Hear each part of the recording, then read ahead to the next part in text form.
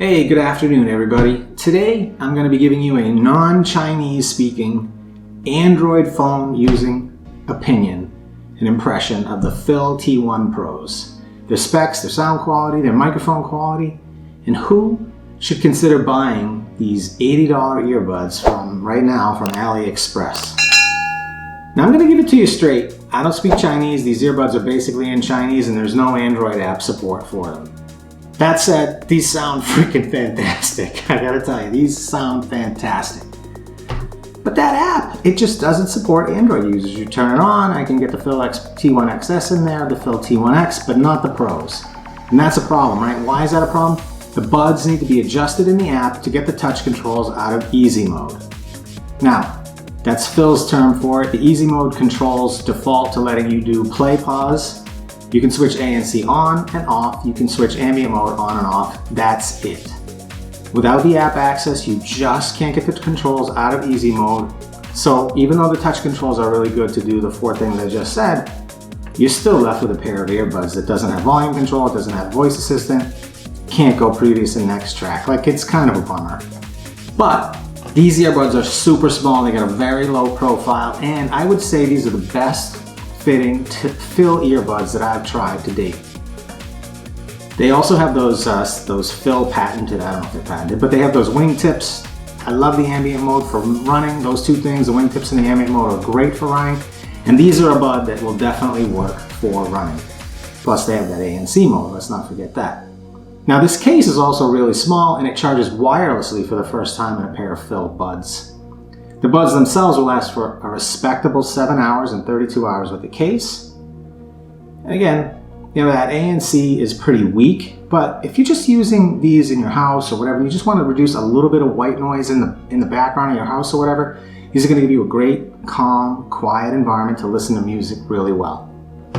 They support AAC for high definition audio, and the rumor has it that if you had the app, you would be able to turn on a low latency movie mode, which might even be decent for playing games. Now without those two things, they're still decent for watching movies, but I wouldn't recommend them for playing games. Now these have Bluetooth 5.2, they're IPX5 rated, so you can work out with these, no problem. You can get sweaty in them, you can get them a little bit wet, and I had no connection problems with this Bluetooth. So talking sound quality, I mean, this is really easy. These sound amazing. They sound better than the Phil T1 XS. They sound a little bit more natural. I think they pulled back on the mids just a little bit, but they kept the highs, all the details of the highs. They kept the bass strong and tight with that really natural roll-off that I love in the earbuds.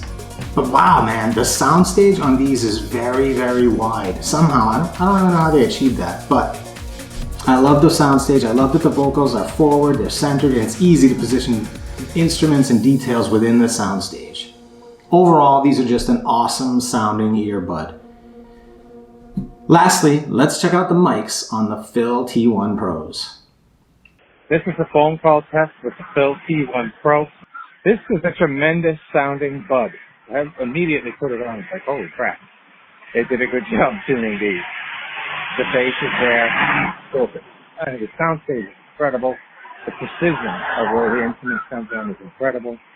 Plus the highs are super very, very detailed highs. I think it's probably... Okay, so based on that test, the T1 Pros, they did a good job of picking up my voice with traffic in the background, but they don't really reduce that background noise. These are just another mid-pack mic in my mic series rankings.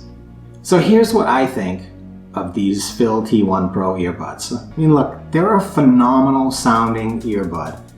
If that's what you're looking for, order now from AliExpress. They'll probably come before Christmas. They make a great Christmas gift.